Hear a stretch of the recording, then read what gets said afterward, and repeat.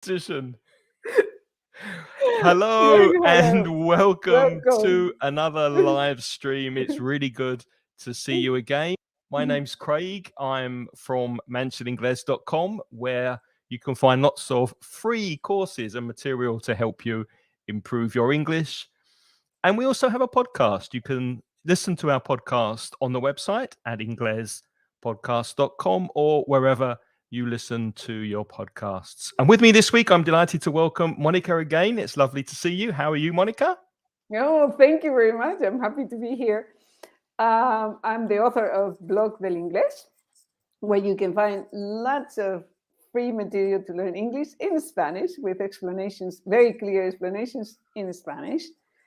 And we also do lessons over Skype or Zoom with native teachers. So just check it out. Check it out. Yeah, check it out. People are starting to join us. So let's say hi and welcome this evening to, well, this evening, maybe this afternoon if you're in Latin America. But Fabiana's with us. Gemma, hello again, Gemma. Good to see you. Aldo, good to see you. Aldo, welcome. Hugs to you as well. Yeah. And Myron has just come in the room. Hello, Myron. Good to see you. And hopefully more people will be joining us later Antonio as we from continue. Cádiz. Yeah. Hi. So what are we talking about today, Mónica? Abbreviations. There are so many of them in English, or abbreviations or acronyms, or more abbreviations because it's a more generic term, no? Well, there's a mixture. Abbreviations will just be the word made shorter, and an acronym would be a representation of a phrase with just the letters. So we've mixed them together. There's abbreviations and acronyms. Yeah. Acronyms, no acronyms. Acronyms. So there are many of them in English, and it's interesting to know them because many times you received an email or something and they say, what is this? What do they mean with SAP? Or FYI. Well, this is the FYI. This is the most common ones. And we are going to mention some that are not that common, I think. And not only in written English, you also hear a lot of these abbreviations and acronyms in everyday speech. So it's a really good idea to look at these, learn them, make a note of any new ones that you haven't seen before. And then next time you hear them or you see them in an email or on the internet, you'll know exactly what they mean. Before we start with the first one, more people are joining. Eva from Wales. Wow. I wonder what the weather's like in Wales, Eva. Is it cold over there in Wales? No, very good. Saudi Arabia. Michelle from Saudi Arabia is with us. Yeah. And Heidi. Hi, Heidi from Buenos Aires, where it is the afternoon, I think, about 1 o'clock over there, 2 o'clock in the afternoon. So lovely to see all of you live. And of course, if you're watching the replay, thank you for spending some time with us. And as Mónica said, we're talking about abbreviations. So we'll start with some abbreviations connected to business. Do you want to take the first one, Mónica? Okay, yes, a pleasure. Annual general meeting. So what is an annual general meeting? And in the companies, there is a group of people called the directors that take care of the meeting, the board meetings. There's different kinds of meetings. One is the board meetings. There's every day the activity of the company. And then every year, there's something called annual general meeting. And this meeting is not only the directors, but the shareholders. And what do? The shareholders son los accionistas. So the people who own the company. No, because they own a share of the company, un trocito, a share of the capital of the company. So they meet and they approve the financial statements. No, they approve the financial statement, and this is the annual general meeting. La junta in Spanish is la junta de accionistas. Okay, so the directors show the balance sheets, the financial statements, once a year, and the shareholders approve those documents. Okay? So Excellent. AGM, that's the name. AGM. And I've just written in the chat, if you have any questions while we're speaking, just write them in the chat and we'll do the best we can to answer your questions and queries. Of course, if you can think of more abbreviations than we have for you, then write them in the chat so that we can all learn together. The next one connected to business is CEO. Now, you often see these, you see 3 letters describing a post or a position in a company. So whereas the AGM, the meeting, is a meeting that happens, there are specific job titles or job positions that are specified in a company by an acronym. And CEO is Chief Executive Officer.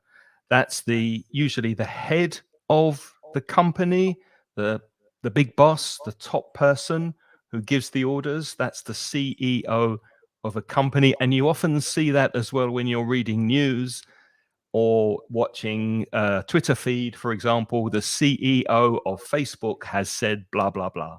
So that's a very, very common acronym that you should know, the CEO of a company.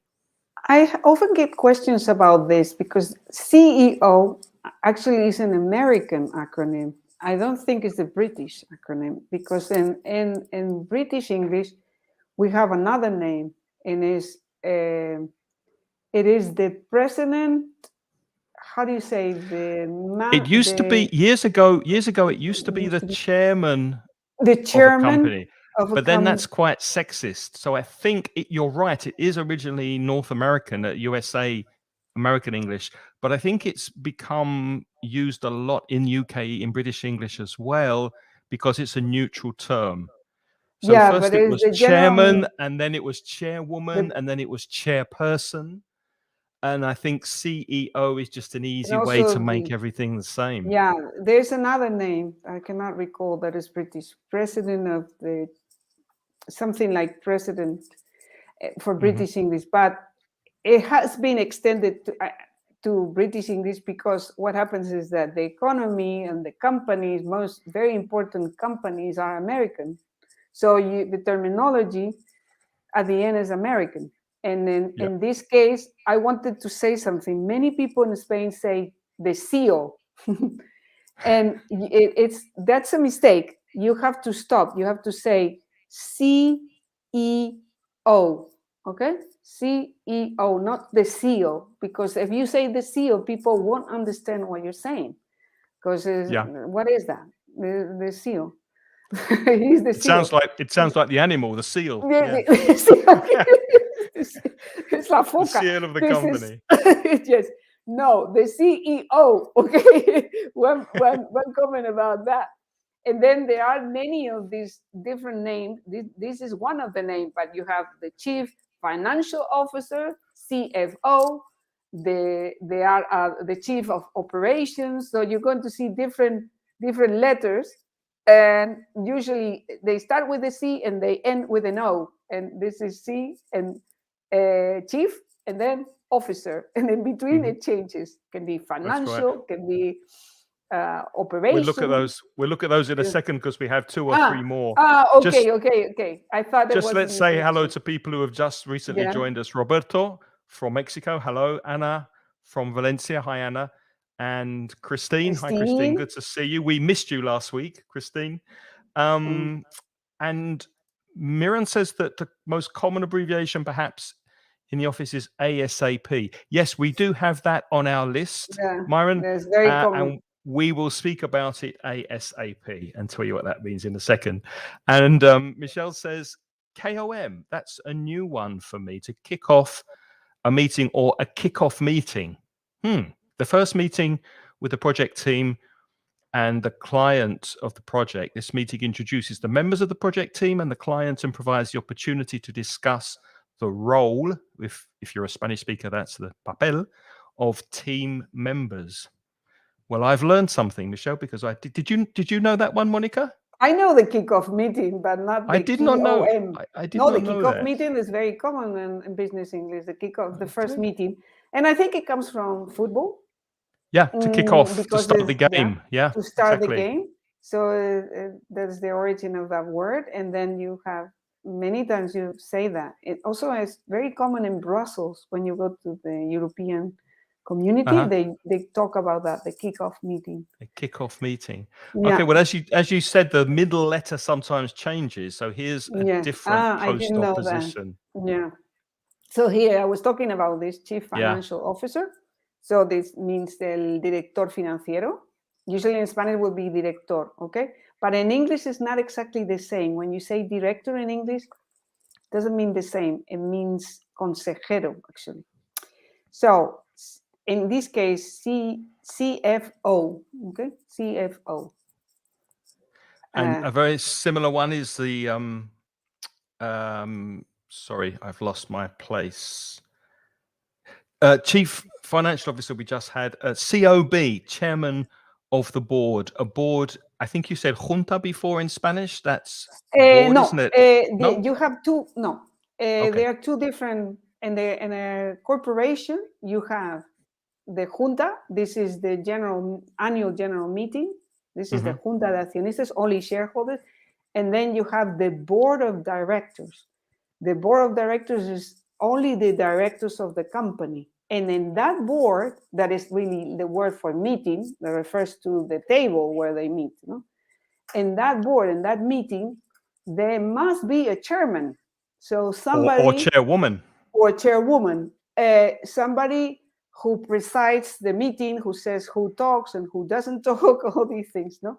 And that is that person. And this is the board of directors. And in Spanish is Consejo de Administración. Okay, that's the name of that meeting. The Consejo de Administración usually meets every month, and the other one is only an annual meeting, not every month. Okay. Right. And you have a chairman there. Okay. And the secretary, usually secretary that writes the minutes. The minutes is la acta, no? Okay. Okay. Another common expression you might see is AC. If you see AC in an email or in a document, it means account. That's an important abbreviation to know if you work in an office. Account, AC.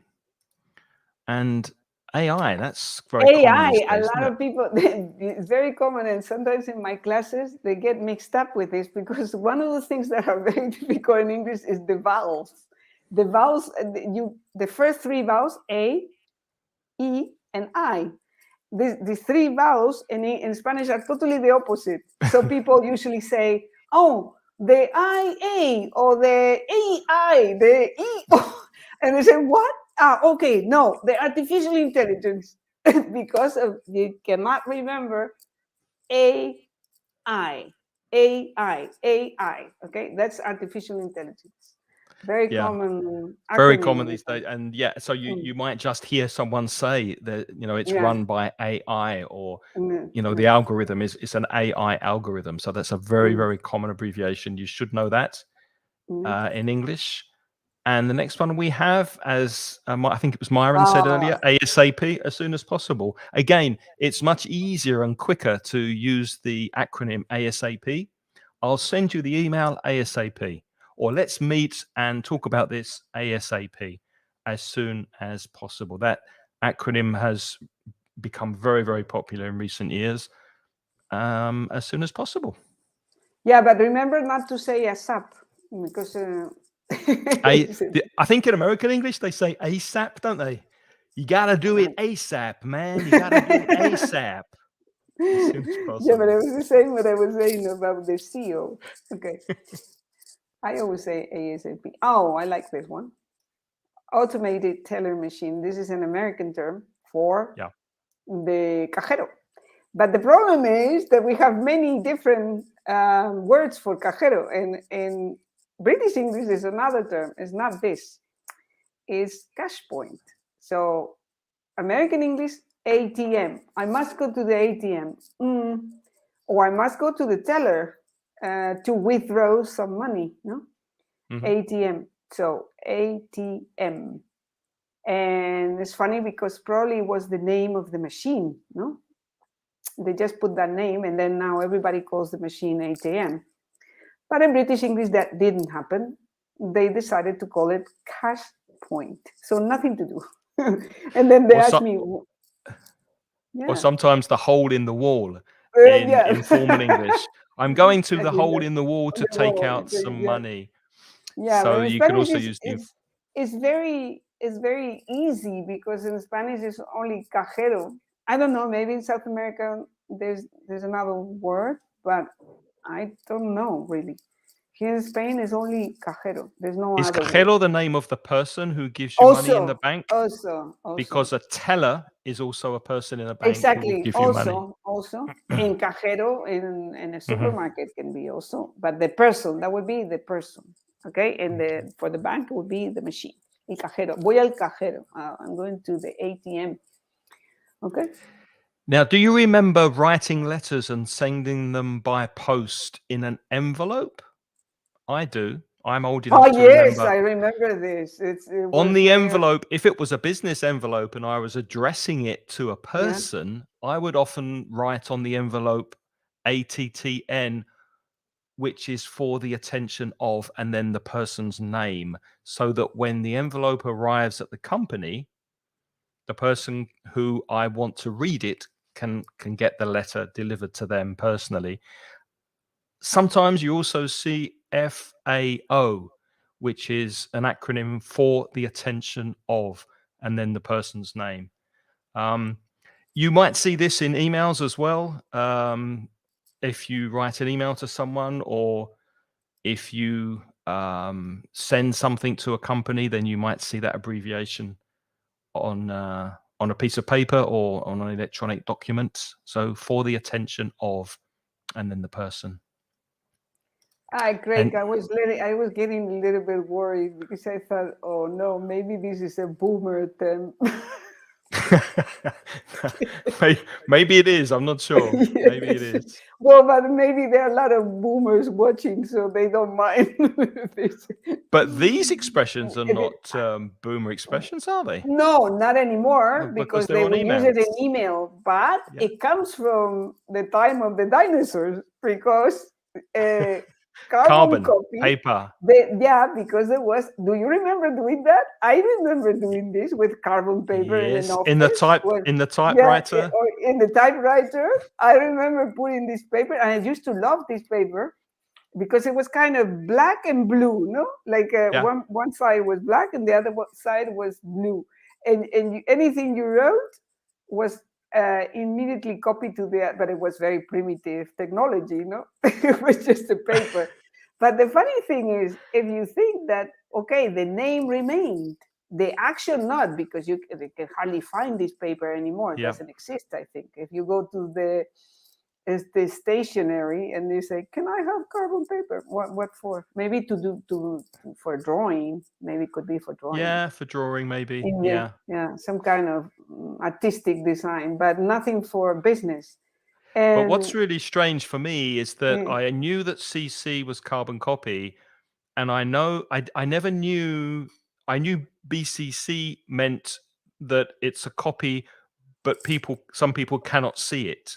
So if you want to send an email to 10 people, but you don't want 9 people to see the other emails, you don't want them to know the other emails, you can put it BCC. But I did not know that it represented blind carbon copy. I did not know that that was the abbreviation. Well, I found out some years ago, but I think most people know these acronyms. They don't know what they mean, but they know exactly how to use them. Yeah. How to use them, They know because they are in English. And I don't know, and all the emails are really in English. The format is in English, so they know how to use them. So it's just anecdotal because now you know where they're from. ANA version 202 is saying in EPC, Engineering, Procurement and Construction. That's a new one for me. Have you heard of that before? Never before. It sounds like one specific to engineering, perhaps. This is jargon for engineers and civil constructions or some, buildings. What do you do, Anna? What's your job? Are you an Yeah. engineer? Is that why Yeah. this acronym is familiar to you? Yeah. I never saw it. There are many, huh? There are many in other fields. We're just talking about the most common ones and that the ones that you can see on the internet. No, we're not Yeah. really. This this acronym is not so common these days, but it's very familiar to me because a few years ago, before downloads on the internet, we sold CDs through the Mansion Inglés, and they were cash on delivery. So we send the CD by post, and when the person received the CD, they paid for it. So you Yeah, paid this is the in post Spanish. office when it arrived. Yeah, in Spanish is contra reembolso. Exactly. Contra reembolso. reembolso. So Cash on but delivery. I think it's less and less common nowadays because Yeah. probably people are trust more the system. At the beginning, when nobody trusted anything online, it had to be cash on delivery because you are not going to pay beforehand. No, you can be cheated. So now I think it's quite not very common anymore. I really haven't. I don't think I have ever ordered something cash on delivery.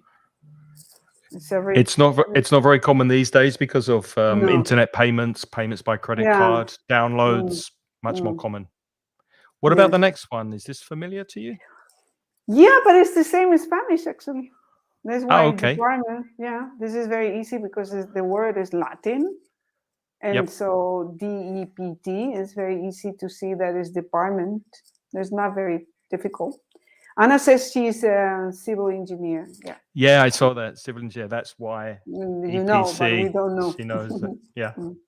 So sometimes you have to look them up. Even for me, it's the same. In Spanish, there are many of these acronyms, and sometimes you don't know what they mean. They can mean 2 or 3 different things also. I found acronyms that have different meanings. Yeah, depending on the context. Yeah.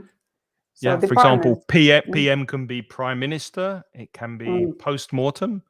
It can be, also. and there's one more as well. I can't remember the other one. Positive mentality. I don't know. For a prime minister? I'm not sure. Not for the British prime minister at the moment, that's for sure. No, say that sometimes you make them up. What is the meaning? No, what is the meaning? No, I just made it up. What is this? I think the prime minister at the moment will be pretty mad. That would be the acronym for the British prime minister. The British, yeah. Well, he not very good times for him. Too much party gates. Too much partying, yeah. The next one is not a terrorist organization. It's estimated time of arrival. And that's also something that we might use in conversation. You might say, what's your ETA? When are you getting here? When are you arriving? Yeah, so ETA will be in conversation as well. To be honest, I've never seen this acronym at the Spanish airports because ETA in Spain means something very different. Yeah, it could be confusing. Yeah. So it could be confusing. I never saw that as an acronym. I always said, even in English, estimated time of arrival, like that. So it's specifically it's good for planes. No, it's very useful for planes. Estimated time of arrival, or it's always estimated because it can be late or it can be even earlier than expected. Yeah, that's true. So the next one's connected to business as well, kind of, or economics. Yeah. Sometimes I have some kind of discussions about this because in Spanish this is called PIB, Producto Interior Bruto. And in English it's called GDP, as Gross Domestic Product. But what is exactly the gross domestic product? Do you know? What is it? I think I know, but there's one. The next one I'm not sure about. So I think I know this one. I think this is the amount of money or income that the country has coming in 1 year. I think that's the definition. Without the expense, well, there must be a more. When it's gross, it's always without expenses. And if you see the word net, then it's without it. Yeah, good. Yeah. But this one I'm not sure about. GNP, gross national product. Now, if there are any economists watching, Gross maybe you can national explain the product. difference. Well, yeah. Well, you can also Google it in 2 seconds. What is the difference between GDP and GNP? And you have the answer. Okay, I'm doing that now as we speak. What is the difference between? And Miron is saying regarding balance statements, OPEX, operational expenses. Miron, there are many of these acronyms for financial matters. No, if you are working in accounting, all that, they have all kinds of acronyms too. It's very specific, can be very specific. So the GDP, the gross domestic product, the value of a Okay. nation's finished domestic goods and services during a specific time period. And the GNP, the gross national product, the value of all finished goods and services owned by a country's residents over a period of time. That's very similar, aren't they? They're very similar. Yeah. Both expressions are two of the most commonly used measures of a country's economy. But you were looking with difference between them? Did you find any? Yes. It doesn't say, no? They don't say what is the difference. Because you're just giving the definition. The GDP, the gross domestic product, measures the value of goods and services produced within a country's borders by citizens and non-citizens. The GNP measures the values of goods and services produced by only a country's citizens, but both domestically and abroad. So not only inside the country, but also their assets outside the country. It has to do with citizenship. Obviously, domestic is inside the country, inside the borders, but national could be also income from outside. From citizens. Yeah, citizens of the country. So, but I suppose what they do is they check the nationality of the companies. Because usually would be companies, no? Where is the company located? Where are the headquarters? What is the nationality of this company? No? So then I suppose if there's a company, if there's a French company operating inside Spain, that would not be counted or not be included. No, because the revenues at the end up in France. Go back to France. Yeah. Exactly. That must be. Yeah. Good. Okay. Interesting. We learned one more thing. I didn't know that either. Staying on the idea of business, Inc. What's Inc?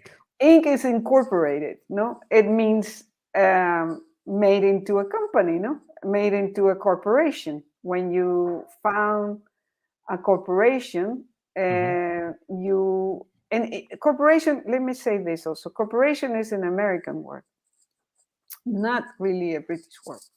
You have another word for corporations. And it's similar to corporations are the very big companies like an SA in Spain.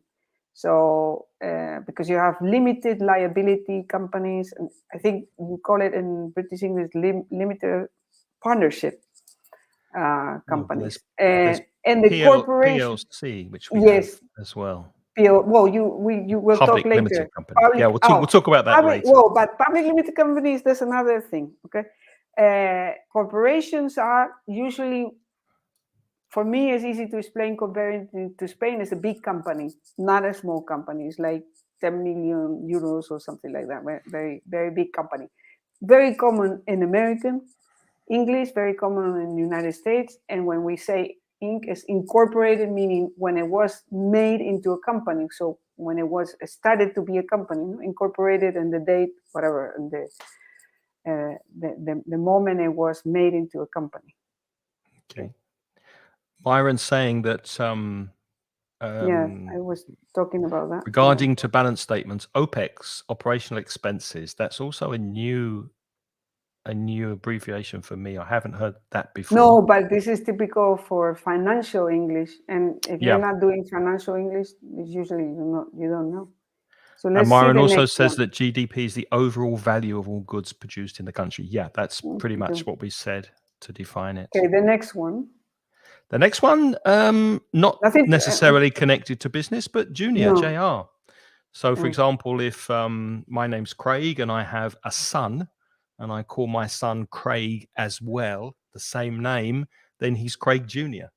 He's the little Craig. The JR. So that's very common, the JR, very common when you name the son after the father, Martin Luther King Jr., because his father was also called Martin Luther King. So, and you would be considered senior. Yes, senior will be abbreviated SR. Yeah. That was easy. This is very easy because it's the same in Spanish. It's exactly the same. Not applicable. The people say that not applicable, not applicable. I don't know if everybody does this, but I do it. Not applicable. No applicable. It's not the same. There are many abbreviations that are Latin based, and this is one of them. NB, which means to take note. So nota bene is the Latin word, but we often abbreviate it with NB. And a lot of these Latin words, because Latin's not used in English, although some words are Latin based, instead of saying the Latin words, we just use the abbreviation. And there are some more that we'll look at in a second. But NB is very, very common, and it just means take note. To pay attention. It's like, pay attention, take note, yeah.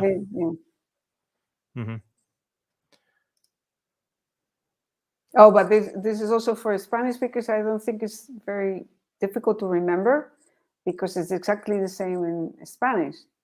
Por año, no? So per annum means por año. There's Latin. So, and another. Sorry. The problem is that PA means another means personal assistance. So exactly. That was what I was going to say. Personal assistant. In the past, we used to say secretary. Now this personal assistant is more like generic. You can do any kind of thing. The personal assistant can book a trip, can write an email, can do many things. That's why I think that the name changed. But this is typical also British English. Yeah, and I think it really changed with the gig economy when people started paying online for personal assistants. Then it kind of changed from the typical secretary in the office typing for the boss, and it changed to a personal assistant online. Yeah, because it's more egalitarian, no? It's not like, and it can be a man or a woman, but in the case of secretary, it's kind of that's really boomer. Secretary. I have a secretary. Nobody has secretaries anymore. You have personal assistants, people that help you, but no secretaries. Do you have a personal assistant, Monica, to help you with your work? Yes, I do sometimes. Not always. Good. Yes, sometimes I have had, and I have also virtual assistants. So also you need an accountant, for example, and I need an accountant. You need that's another one you just mentioned. I'll put that in the chat. VA is virtual assistant. That's another very popular one, virtual assistant. Virtual assistants became very popular with the internet because you were supposed to be able to hire people from other countries that were cheaper, no? Instead of having a secretary in your own country, where you have to pay lots of, Social Security extra cost. You had a virtual assistant, but this is not very good. Sometimes it doesn't work very well.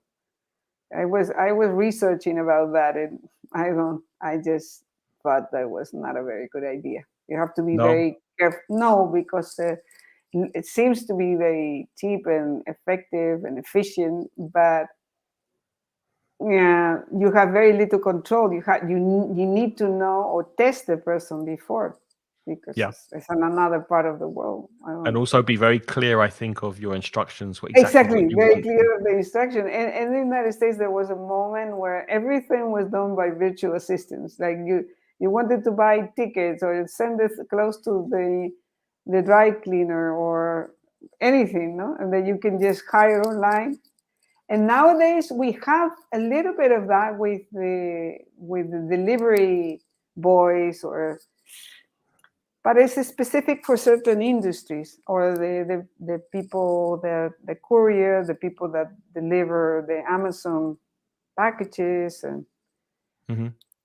I think it's specific for certain industry. It's not like you can tell them to go and wash your car, for example, do things like that. Okay, then the next one is PLC, public limited company, that we mentioned before. Monica mentioned this. And years ago, it used to be in the UK, in British English, a limited company, which was abbreviated LTD. And then it kind of changed, and PLC became more popular. So limited liability company, as Monica said earlier, but it's more common to see the abbreviation PLC. And it usually comes after the company's name. So, no, but here there's a difference. There's a legal difference. And is there? Yeah. What's the difference? Public means that it's in the stock market. That doesn't mean that it's public from the administration, but it means that a company goes public when people can buy shares and have part of the capital of that company to go public. If you go public, it's a way for the company to get money from everybody. Everybody can invest in the company. Everybody has an option to buy the shares of that company, and it goes public. So it means that it's in the stock market. And the stock market in Spanish is la bolsa.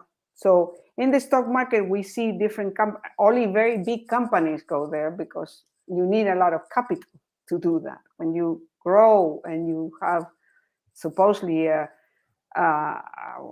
business that is really working, you can go public and you can ask the people to invest in your company. And then it would be a public limited company, meaning that it's in the stock market, but the responsibility from the shareholders is limited to the capital of the company. Okay. So a limited company cannot float shares on the stock exchange. Is that correct? No, it can. It floats shares. Exactly. That's what they do, because it's public. Public means a limited company, an LTD. No. Yeah, the other one. An No, LTD, the other one. Exactly. In American English, it's a corporation. That is, this public limited company would be a corporation. Okay. And in a limited company, an SL, like in Spain it's called SL, cannot float shares in the stock market. No, because that's not the real format for the company. It's more this format. Okay. This float you said float shares. Float shares. So cotizar en bolsa. That's the meaning in Spanish. Cotizar, to float shares in the stock market. So to summarize, a PLC can float shares on the stock market, but a limited company, an LTD, cannot. No. Gotcha. I don't think so, because that must be. No, it makes sense. It makes sense. British regulations, but I will have to check it, because I know more about American corporations than British. But I think that's what they mean by public, not that it belongs to the administration. Because in Spanish, if you say public, it means that it belongs to the state. It belongs to the. But this is not the case. It doesn't mean that. It's confusing. Okay. Next one is very often seen at the bottom of a document, a contract, some legal document. And if a person cannot sign for something, cannot sign their name, another person can sign for them. And we were just speaking about secretaries, for example. Let's imagine that the boss is not in the office and something needs to be signed, then the secretary can sign in the place of the boss. So this PP, if you see that on a document or contract, in the Latin is per pro, so it's being signed in the absence of another person. It's being signed for someone else. I wanted to say that this is exactly the same in Spanish. Oh, so yeah, it's easy because then. it's Latin. Yeah, it's easy because in Spanish we translate that as por poder. So por poder is like you have a power of attorney. Somebody says, I can say to Craig, look, Craig, I cannot manage my business now because I have to go on a trip. I'll give you a power of attorney and you sign. Okay, so I go to the notary and I say, Craig can do all these things. And then when he signs, he can put por poder. Okay, but for example, if I'm living with somebody else and Amazon comes to the door with a parcel for this person, and they want this person to sign for this parcel, this delivery, and I say, well, this person isn't here, I'll sign for them. I don't need power of attorney to sign for them. No, I can just say Craig PP and then the name of the person. Yeah. But the thing of power of attorney is when it's really you need legal. it legally. Yeah, it's a legal. Not in that situation. I don't even. Amazon doesn't even ask you to sign anything anymore. They just throw it to you. They give it to the neighbor. They give it to the neighbor. The next floor. Or they can give it even to a dog that is walking by. They can go have it. You see, this is the thing of signing. It's like boomer, out. And when they give it to the dog, the P represents the paw of the dog. So it's like the paw of the person. They just throw it. If you have a garden or anything like that, you just throw it to you. I have found there at the entrance, you find the package at the entrance. Just throw it on the You don't need power of attorney for Amazon. No, you don't need a power of attorney at all. Okay, next one, PR. PR. This is also of Spanish, the PR, public relations. So it's very common. Yeah, PR firm, PR company. Yes, PR company. Probably the pronunciation is not common, but the letters, yes, the acronyms. Okay, so I think most of the people watching do speak Spanish, so there's no point in explaining it. If that's not clear, let us know. We'll move on quickly because the next one is quite confusing. Some of my students, when they add something at the end of an email or a letter, they write, if they're a Spanish speaker, they write PD. However, in English, we write PS for postscript or proscriptum, which means adding something more to the email or the letter. So be careful. Don't confuse that. If you're writing in English, it's PS and not PD at the end of the letter. Is this the same in Spanish, Monica? No. At the bottom of a page? No, so I leave it to you. No, because no, in Spanish it's PD, no? Post datum. And that's why they write post datum and not PS. But PTO is PTO? Is that the same? No, not at all. Not at all. Okay, so this doesn't exist. This is probably more common before digital, in analog days where you had contracts and papers. And if there's PTO at the bottom of the page, it means please turn over. So PTO is just a quick way to tell you there are more pages and you need to turn over the page. So perhaps not so common these days, but PTO? No, because I just signed a contract.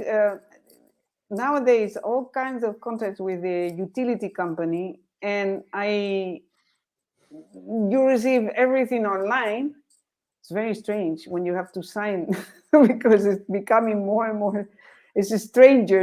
You do everything online. You accept online. You have an account with your invoices, with your bills, so it's becoming all this vocabulary. Sometimes I think we change the vocabulary with the technology, actually. That's true. It has a different meaning. Like when we saw carbon copy, for example, we use it for email, but it started with the carbon paper. Marcelo says MS could be manuscript and multiple sclerosis. Also for illness, diseases or illnesses, you have lots of acronyms. Could also be Microsoft, couldn't it? Microsoft Word. Yeah. Okay, where are we? Quantity, very often represented by the abbreviation QTY. Is that common in Spanish? Is there a No, similar? not at all. Not at all. So There's not a sometimes you similar might thing see because that of. on an invoice, Mm-hmm, factura. You might see at the bottom quantity mm-hmm, 12 or yeah. quantity 16, however many things you've bought. You might see QTY on an email or an invoice, and now you know what that represents. And this is very common in Spanish too, because I think the people that work for research know this, research and development. They know this acronym very well because it's very, very common for example, researchers at a lab or a hospital, at the university. They're supposed to write in English because the papers that they write are usually in English. So this terminology is quite familiar for them. I would say it's very familiar. So. Hey, sorry, I just had to Next one. blow my nose. Next one. With reference to. So this is very common in an email or a letter. The subject of the email could be your recent order. So your recent order regarding or with reference to your recent order. If you see the abbreviation RE, it means with reference to or regarding. This is very famous, but because this is French, and it's, at least in the past, I remember this. You get a wedding invitation, for example, something like a little bit formal, because you're not going. I haven't seen that on emails or anything like that. I've seen it on cards, wedding cards, for example, and this means please answer, no? But in French, respondez s'il vous plaît. So when you see that acronym, I think most people know this. I don't know. In Spanish, please reply. Please reply. Please reply. Yeah, but it's because it's an important invitation. Usually, it's used because it's an important invitation, and they need to know the number of guests, no? And so when you get the invitation, it's very formal. You get an envelope, you get this nice card and all that. And then it's with these letters, the fonts are very nice and all that. But would you put this in an email? No. And I can't remember the last time I received an invitation to a wedding or a party by mail. It's been a long time since I've been to a wedding. Nobody marries anymore. Nobody gets married anymore because of COVID. Yeah. No. Yeah. I don't know. I have not received an invitation for a wedding for a long time either. And also, but usually wedding invitations are always, it used to be paper invitation, not really. They don't send you an email. No. No, they won't send you. No, but no. A very common abbreviation that you probably will see is VAT, value-added tax. In Spanish is IVA. This is the value-added tax. So yes. IVA, because it's a European tax. I don't know in South America, but it's usually a tax for consumers. So anything you buy has this value-added tax, and different percentages, of course. In different countries are different percentages of tax, no? And here in Spain, it's usually 21%, the value-added tax. Yeah. In America, it might be called service tax, correct? That's what they might say in American English. I don't remember this. No. Yeah, it could be service tax. And the last one we have is VIP, which I think is also used in Spanish. A very important person is a VIP. Very much. Yeah. Everybody knows this. Yeah. Very important person. Eduardo Inglés, I think he put this AKA apodo, no? Inglés. Eduardo Inglés says COVID is also an acronym, isn't it? Yes, I think it's an acronym. It's a virus or something like, because it's a family of virus, no? I think so. Should we check it? Yeah. I'm trying to COVID acronym. It means coronavirus. Coronavirus. Of course it does. Of course it does. SARS-CoV-2. Yeah. Yeah. Corona. Anyway, shall we go back and recap? Are you Go okay? back to the Recap. beginning. Yes. A quick summary of the acronyms and Yes. abbreviations that we looked at. So the first one was AGM, which is an annual general meeting. Then CEO, Chief Executive Officer. And staying inside the company, we had CFO, Chief Financial Officer. COB, Chairman of the Board. AC, if you see that, that means account. AI, Artificial Intelligence. And ASAP, ASAP, as soon as possible. ATM, Automated Teller Machine. Or in British English, the cash point or the hole in the wall. ATTN for the tension up. And in emails, you see the CC space or field for carbon copy, or BCC, blind carbon copy, if you don't want people to see the emails addresses of the other people. COD, Cash on Delivery. DPT, department, for example, police department or accounts department. ETA, Estimated Time of Arrival. GDP, the amount of money created inside a country or that goes in domestically inside the country. GNP, Gross National Product, only referring to nationals or citizens of the country. And Inc. is an incorporated company. I'm sorry, an incorporated company, Inc. JR, Junior. NA, I think Monica said that's also the same in Spanish, not applicable. NB, Nota Bene, Latin. Meaning take notes, yeah. PA is your personal assistant, and VA, virtual assistant. PA, per annum, per year. And PLC, public limited company, not to be confused as I did with limited company, which is not on the stock market. PP, per pro. PR, public relations, a public relations company or firm.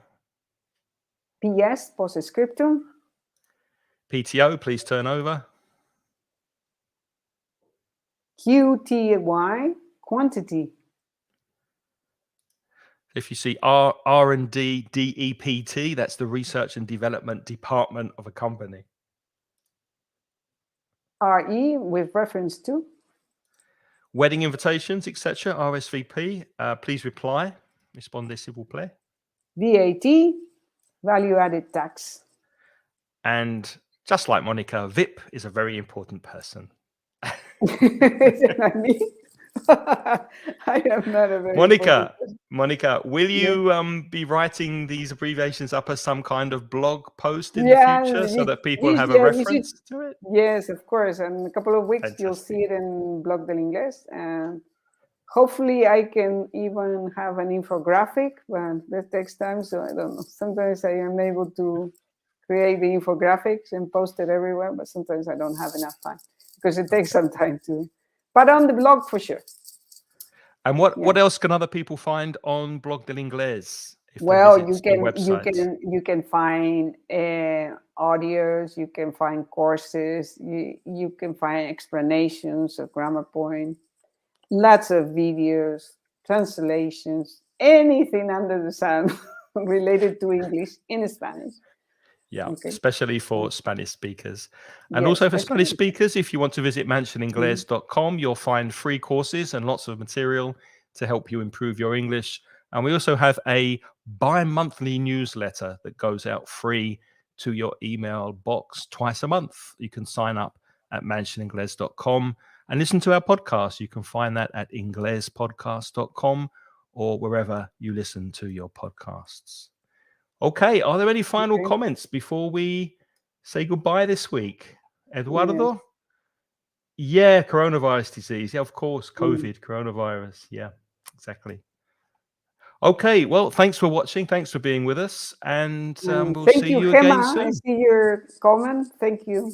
Thanks for the loyalty. I think Gemma is so loyal to us. Thank you very much. We'll see you soon. Take care. See you soon. Bye-bye. Bye-bye.